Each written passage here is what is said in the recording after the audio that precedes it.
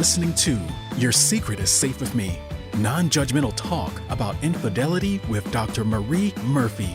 If you're looking for new perspectives on complicated relationship issues, you've come to the right place.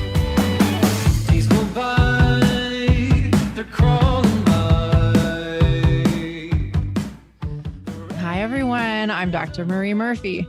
I'm a relationship coach, and I help people who are engaging in anything they think counts as infidelity to deal with their feelings, clarify what they want, and make decisions about what they're going to do. No shame, no blame, no judgments. If you're in the midst of an infidelity situation and you would like my help sorting it out, you can schedule an introductory coaching session with me through my website, mariemurphyphd.com. I can't wait to meet you.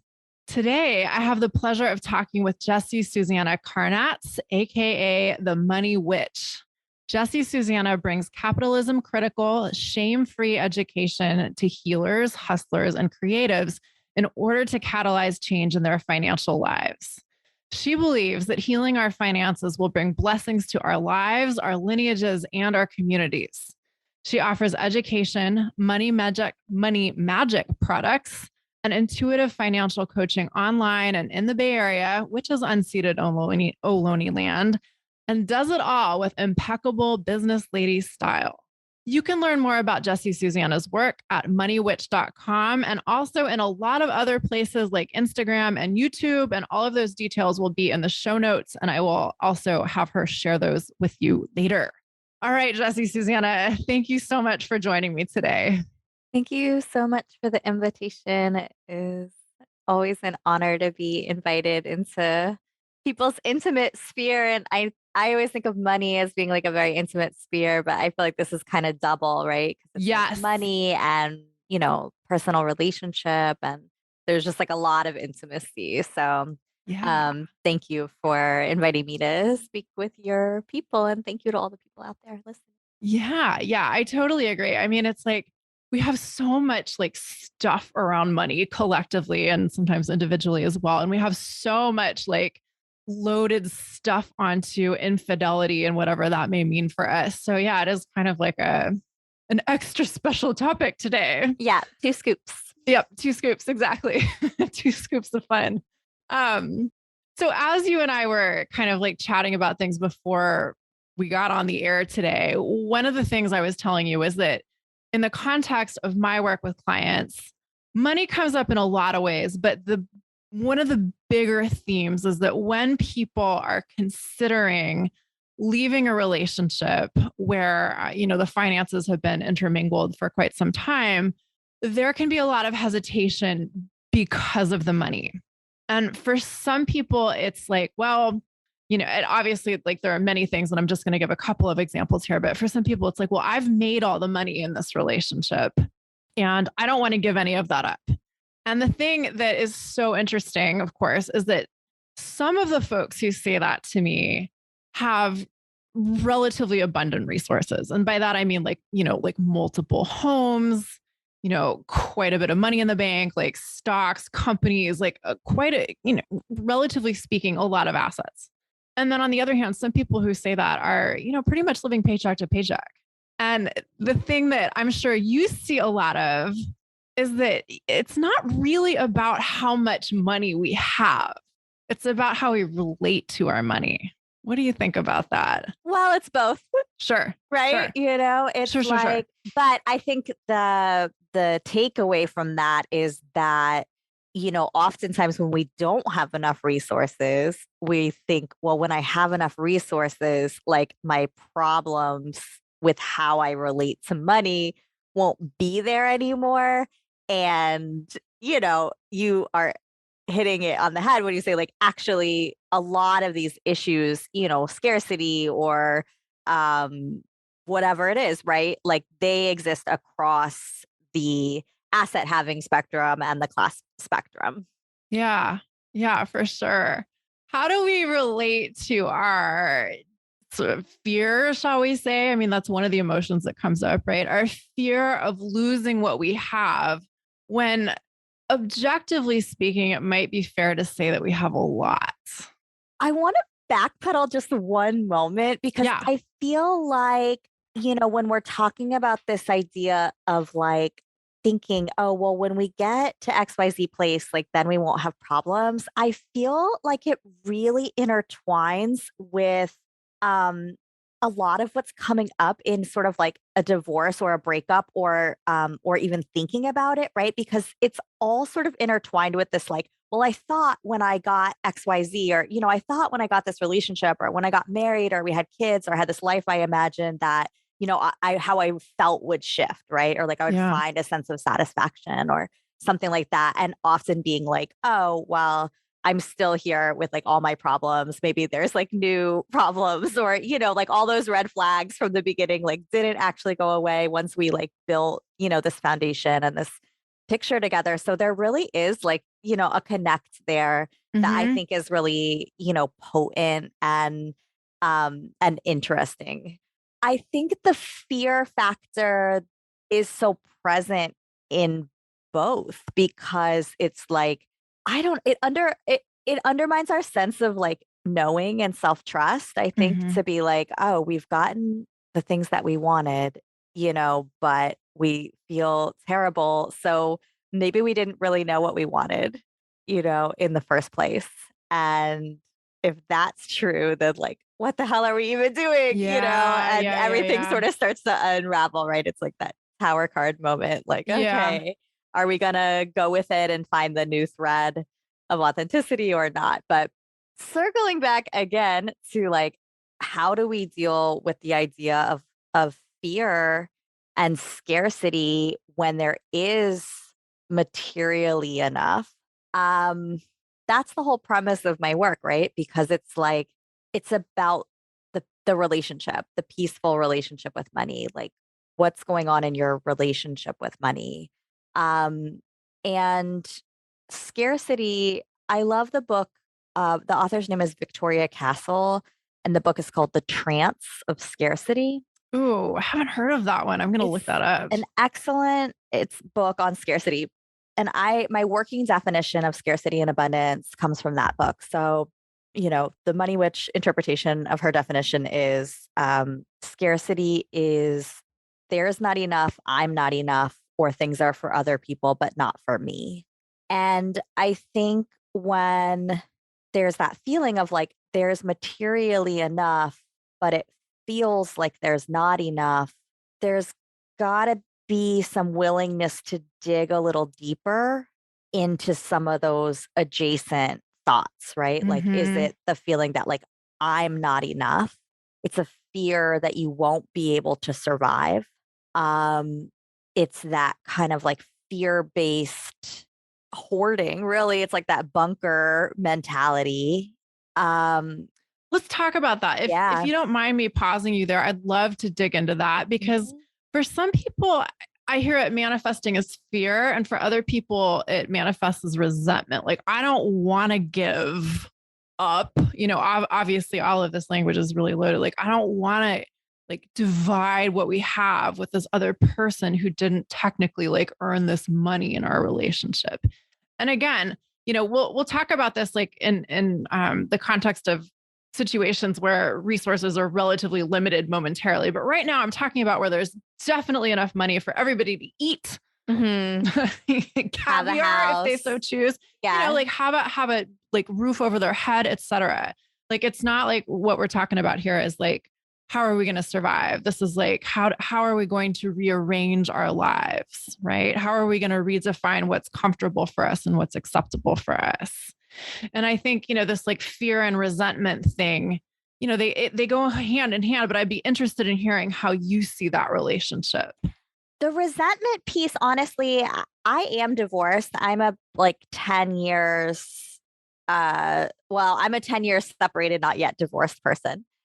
Which, we're all in, anyone listening to this podcast is in a complicated relationship slash divorce situation. I'm sure can relate to things like that. Sure. Oh, yeah. Um, Do you want to share a little bit about yours or no? You don't have to. sure. I mean, I've been separated from my kid's other parent for 10 years.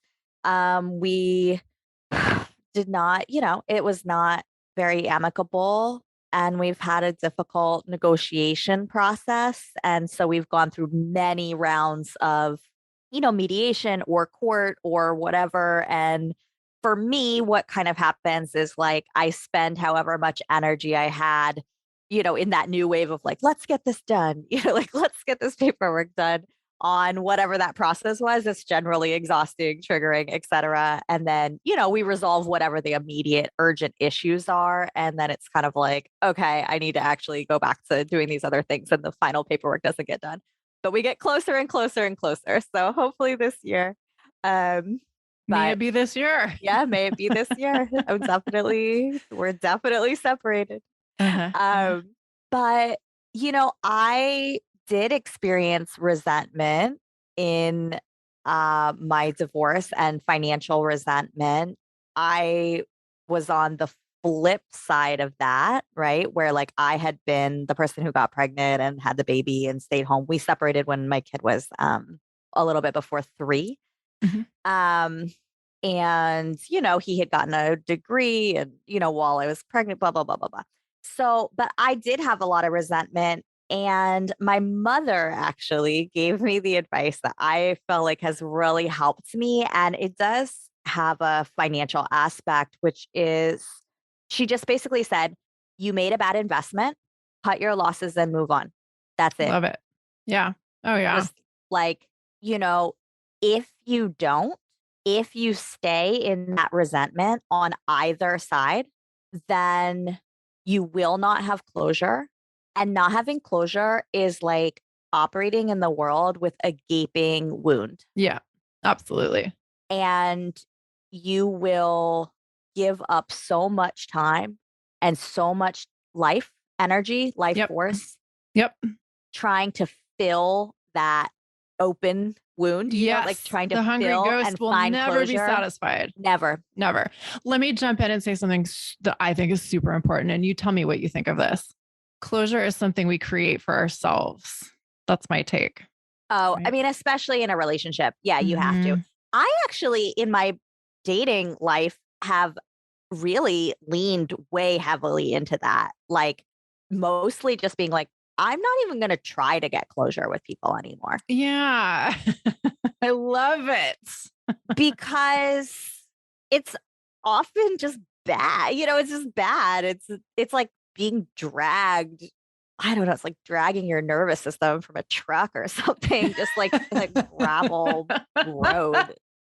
Yes. So let me just like kind of put this in concrete terms. What I see a lot of is people wanting someone else to say something or do something. They're not gonna. Right, exactly. So that they can feel better. And they're probably the other person probably isn't going to do the thing. They're but not. B, even if they do, you determine how you feel. The other person's actions does not determine how you feel. Will never determine how you feel. Mm-mm. And every once in a while, you do get that, like, oh, Yeah, sure. good. Okay. Totally. But it can usually what you get is a lot of reminder of like why you're not with this person over and over and over. And it's like, do you need more reminders? Maybe you do, and that's the thing. I think you keep going back until you get the reminding that you need. Mm-hmm. In my biggest breakups, I feel like there's you can find it on the internet somewhere, but Erica Badu has like a little video that's just has this excellent quote where she's just like, it's like you're gonna whatever, someone's gonna like knock out your teeth and then you're gonna like keep going back and they're gonna like pull out your hair and you're gonna keep going back until you're just like, okay, I'm done. Like, do you know what I mean? Like, I'm just done with this. I'm done with this. Or you need to like go touch the hot stove like 5 times before you're like, why the fuck oh wait, like this hurts. Stove. Yeah. So totally. I think that is really what people are doing when they're quote trying to get closure, is they just actually are having a hard time separating. They want to keep touching the stove. Yeah. You're not gonna, whatever it is you think you're gonna get, that's sort of just like, it's an excuse to just keep touching the stove. So Totally. And do it fine. You know what I mean? I feel like that's totally legit. Like, if you're like, I just am not totally ready to let go of this connection, even though the way that we're interacting is often like very painful. You have to wait until it's like actually my own desire to not feel pain is like more important to me than seeing or interacting with this person. Yeah. That's totally. what I feel like is Totally. closure Totally. moment. I totally agree. And we could totally like go even further down that road, but I want to bring back to the money. I want to bring us back to the bad investment thing, because I think that's so good. And it's like, it's such an interesting segue. Like, sometimes I see folks who have like, again, relatively abundant resources being like, well, I don't want to like lose any of it. And it's like, well, fair enough. And on the one hand, what are you giving up by not making that choice and moving on? Well, and who are you becoming? Like you will become, a person who made a bad investment and won't let go of it. Right. The person for whom resentment is about to become a primary personality trait, like a defining personality trait. And honestly, for some people, that could be where you're already living. Yeah. You know what I mean? You might already act like that, but it's not appealing, like no one is going to want to be with you. You're not going to want to be with you. You're fucking miserable. So like, if you want to be miserable, fine, be resentful, but it's like, honestly, otherwise you have to think about it like you would any other investment, right? Like, it's like marriage does have a financial aspect. It does have a business aspect, and you made a bad business investment. So, but you have to move on. Otherwise, you're going to be like some guy who's like walking around the office talking about how like they could have invested in like IBM in the 80s and they wouldn't have to be here anymore. Like, do you want to talk to that guy? No one wants to talk to that guy. You know what I mean? So it's like that. Just so we're being super clear here, we are talking about that person. We're not gendering that person, right? Oh yeah, that guy. Yeah. Whatever, I say guy like gender inclusively, but like people are pushing back against that now, and I'm like, oh my God, for sure. I'm the bad person who says guy all the time. Like whatevs, Yeah. I think guy, because to me, like someone who's upset about their investment in the 80s is often a man. Let's be real. Fair enough. But it's like, I make the choice to like it's like I had to take responsibility for the choices that I made, right? Because it sounded just as stupid. I sounded just as stupid as my ex did when I was hearing him say like, well, I, did X, Y, and Z. And like, so I didn't do this and therefore you owe me whatever. And I was like, you sound stupid. I also sound stupid, I'm sure, right? Because I'm just like, those were my choices. Yeah. I chose to get pregnant and stay home while my ex got a college degree. I chose those, there's reasons why I chose that. Yeah. I could have made different choices. Yeah. Yeah. And this is such a great segue because, well, I talk a lot about regret and how like it's just so unhelpful, and how even if in hindsight we look back and we go, well, I wouldn't have done that now, we can still love ourselves and bless ourselves for having made the choices we made when we made them. Number one. Mm-hmm. Yeah. I mean, that's the grieving part, right? Like, like regret. I say the same with shame, right? Like shame is a waste of time. It's a waste of energy. It is not easy to let it go. No. Right. Mm-hmm. But the same with regret. Like these are lessons, take something away from it, like let something good come out of it, realize like why you made these choices. There's, when you're in that breakup moment, it's like, how did we get here? Right. How did we get here? How did you get here? How did you get here? What were you looking for? What were you avoiding? What were you, allowing yourself to explore even, right? That's okay. Right. And it's not a failure that your plan didn't like go according to plan. Like plans don't go according to plan. Like that's a delusion. That's a delusion. Yeah. No, I totally agree. And what I often see though is when folks are in a situation where they're the partner who hasn't been making the money, and or they're in a situation where resources are not abundant and there are real questions on the table of like, how will we make the math work? Not just like, how will we divide all the assets, but like, how will we like disaggregate our households and pay for 2 rents or perhaps 2 mortgages or whatever? How will we like like pay for car insurance, like that kind of stuff. And what I often see people doing in these situations is beating themselves up for decisions they made in the past and using that as kind of like, not intentionally necessarily, certainly not consciously, but it becomes this holding pen where they can't then start to do the things that will lead to different circumstances. Yeah. I mean, sometimes, these are not easy, happy moments, Right. right? I do not like bootstrap narrative, mentality, whatever, but these are the like bootstrap moments where it's Mhm. like, you're like, sometimes it's just like, okay, your past self got you in a situation that you feel miserable about. Do you want to feel the same way in 5 years? Or does you now, like what you're doing now, is setting up how you're going to feel in the future? Yeah. So if you want things to be different, you have to be different. If you allowed the framework of the relationship to enable, and it's like, I want to say, I know that like shame free is really important to both of our work, and I do feel like the conversation we're having, like, it has some judgment, right? It also has other people's judgment in it, right? Oh, It's like, yeah. it's Yeah. like, Yeah. we're not like, what's wrong with you? Get up and do something. Like, that's not the thing, but it just is the reality that like everybody brings habits into the relationship that they like allow the relationship to enable. Mhm. You know, Mhm.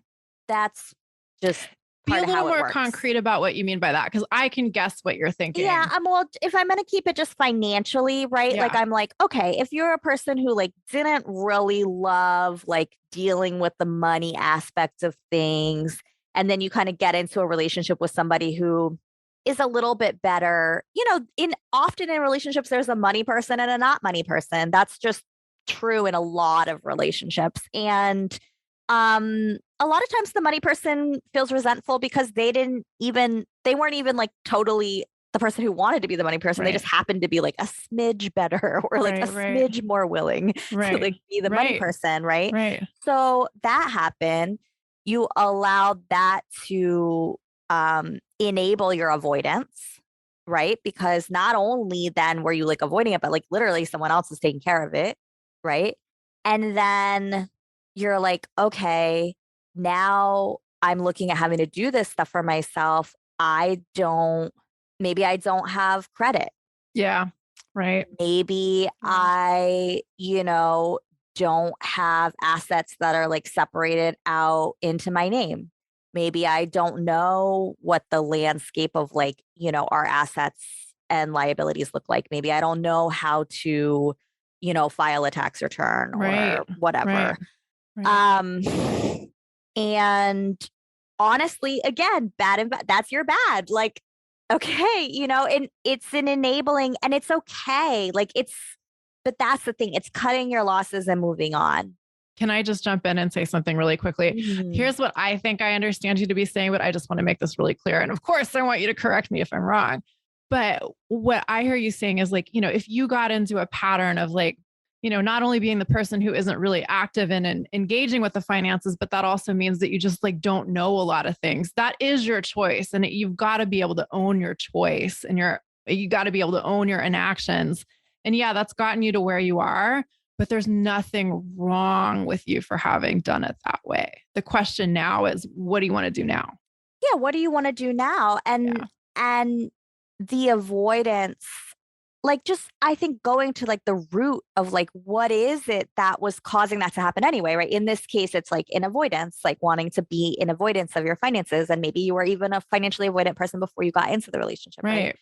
Right. But that's been like much easier, much more, you've been able to kind of like even avoid it even more potentially by being a person who like wasn't really interacting with the money in the relationship. Mhm. But being like, okay, so what I really need to do, like the number one thing in that case that you need to do is to accept and start trying to heal yourself as as a person who's avoidant of finances. Yeah. You know, it's not like Yeah. what you need to do is you need to go get a credit card, or what you need to do is you need to stop being so bad with money, or, you know, you need to whatever. It's like, no, what you need to do is being like, how did I get here? Like, if I made the wrong choices, why did I make them?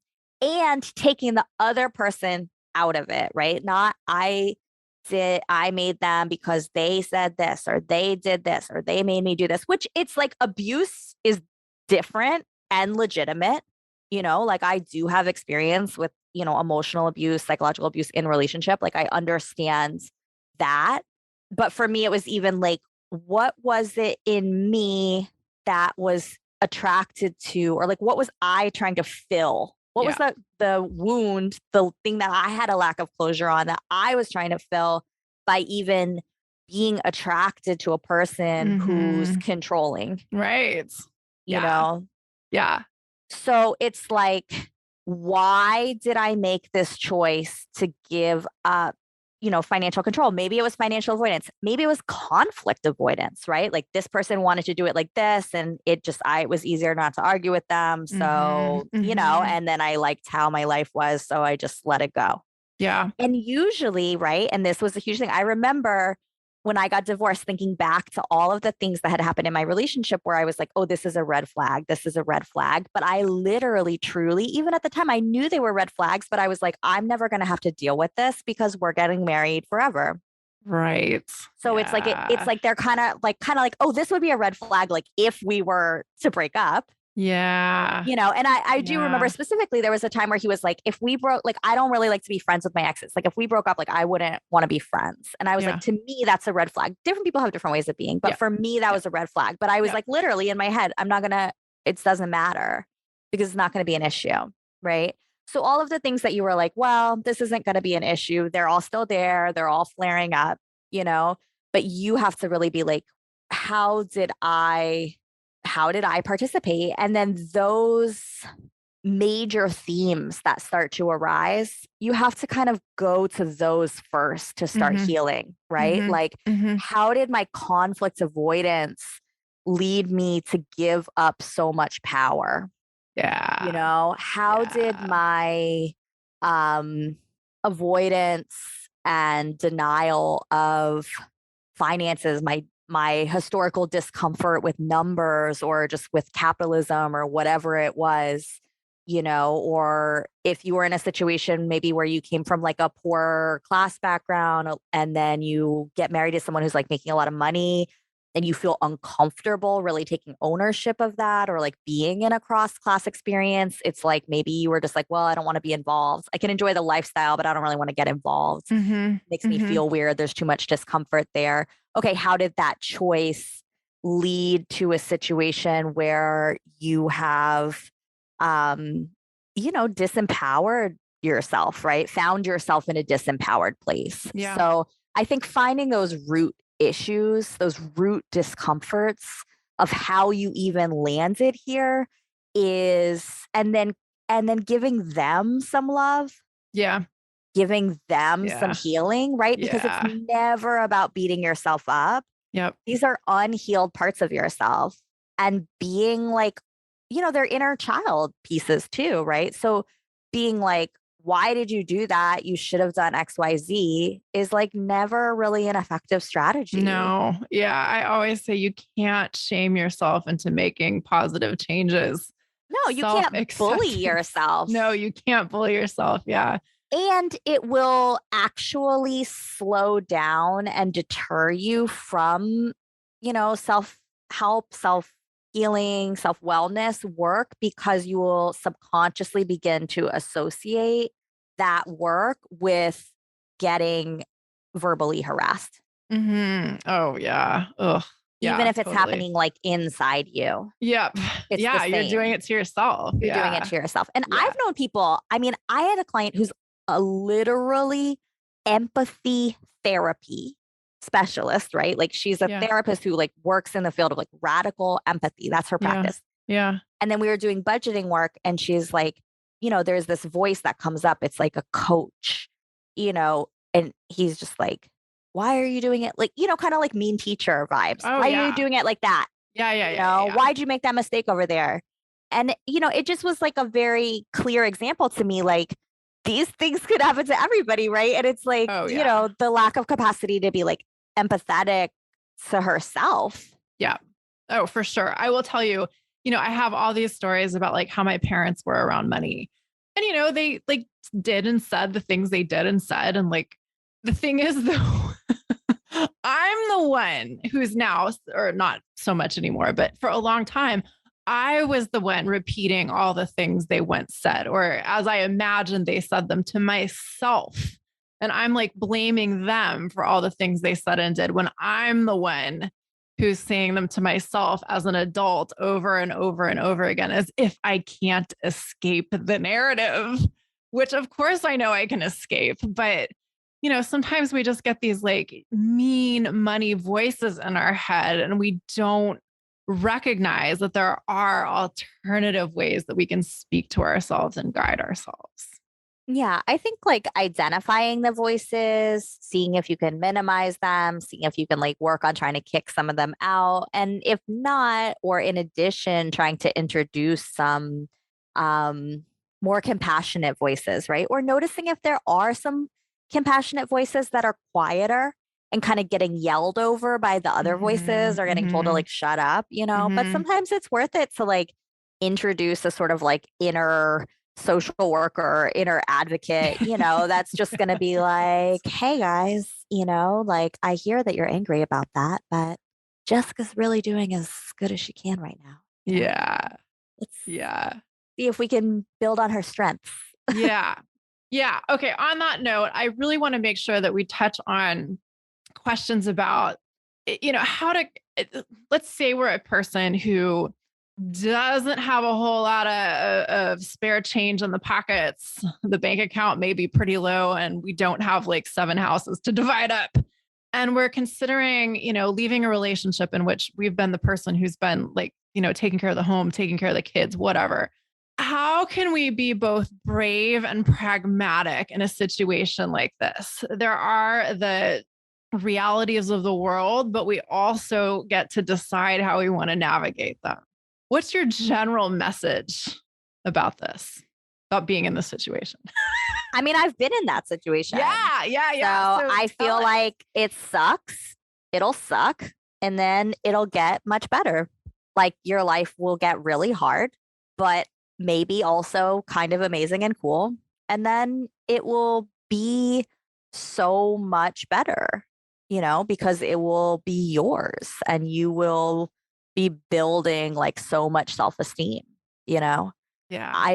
for when I got divorced, we had a little bit of resources. And again, when we're talking about resources are so relative, right? Yes. Like I think when I got divorced, maybe we had like $10,000 in the bank and we were renters, right? So it's like to some people that's like we're like paupers, and to some people they're like, oh, I've never had $10,000 in the bank, so exactly. it's like just all over the spectrum. So, but it was kind of like, well, here's $5,000, here's $5,000. You spend a lot of it on the divorce anyway and moving or whatever. Yeah. And then it's like, okay, so in some ways having fewer resources can be easier in a divorce process. Right. Because there's just not that much to negotiate about. Right. For sure. And I had been home. And this, I tell the story of this in my book that just came out, Money Magic. But this is, I was like, what am I going to do? Because my ex had just started, months before, had just started like his first kind of, salary nonprofit job. And for a while, he was splitting his income with me. But I found that because we were in these emotional negotiations about our kid, like taking money at all was like making it very confusing. Like these things about who owes what, right? Yeah. And the intangibles and the, the labor and childcare labor and money. Yeah. And I just was like, you know what? I think I took money for like 9 months and I was just like, I don't want money anymore. Yeah. And I was like, I don't know what I'm going to do. And I went through a lot, I went through a bunch of stuff. I mean, honestly, I was selling weed and drinks at the park for 6 months. I mean, I made good money, but I was like, that was my stopgap measure. It was like, so, and I feel like, single mom divorce situation, like that's what people do. I have to pause just because like, I think you're talking about Dolores Park, right? I am talking about Dolores Park. So for people who aren't local or who are local and have never been to Dolores Park, what happens when you go to Dolores Park on a nice sunny like Sunday afternoon? I don't know. You smoke weed, I guess. No, people come around and there's a lot of vendors, park vendors. I know. Well, and then my sister and I got really intensely arrested. Oh, and no. That's the thing about it is like, people don't get really intensely arrested for selling, it's like, there's the same folks that have been there forever, right? Like there's the guy who with like his coconuts, he puts the rum in the coconut. There's like the weed truffle person and, all right. The last time I was there, someone was selling some very sophisticated cocktails, like in frozen form. No, exactly. And that's what we were. I mean, we were doing stuff like that, but we got arrested. But to me, I'm just like, that was God, right? Like that was God being like pushing for a level up, right? Being like, no, not that, not that, not that, not that. And just pushing until I was like, okay, I'm going to step into something bigger. And that is, that path is what became my practice and my business, Money Rich, right? So, but the self-esteem building exercise that was and continues to be is part of the journey that is being presented to you in the starting over narrative. Yeah. Like you have to embrace the gems that are available. Yeah. To you. Oh my God. Yeah. Totally. For self-esteem, for freedom, for authenticity. That's what's available on one path. Yeah. Yeah. Yeah. Oh my God. There's so much more that I would love for us to get into, but for the sake of respecting your time, I'm not going to go on the 18,000 tangents that we could. And instead, I'm going to ask you, since this is a podcast dedicated to expanding the conversation around infidelity, could you tell us about a time when you've been unfaithful in some way, shape, or form? I mean, I definitely have been romantically and sexually unfaithful in dating relationships, in partnership relationships, probably more times than I can count, honestly, over the years. Right. Over the years. Life is long. I'm 41 and I've been in like, many partnerships. It's something that I have stopped doing because I have stopped being in relationships longer than I wanted to be in them. Oh, that's so good. And I've stopped being in relationships that are like not right for me, or not filling my needs.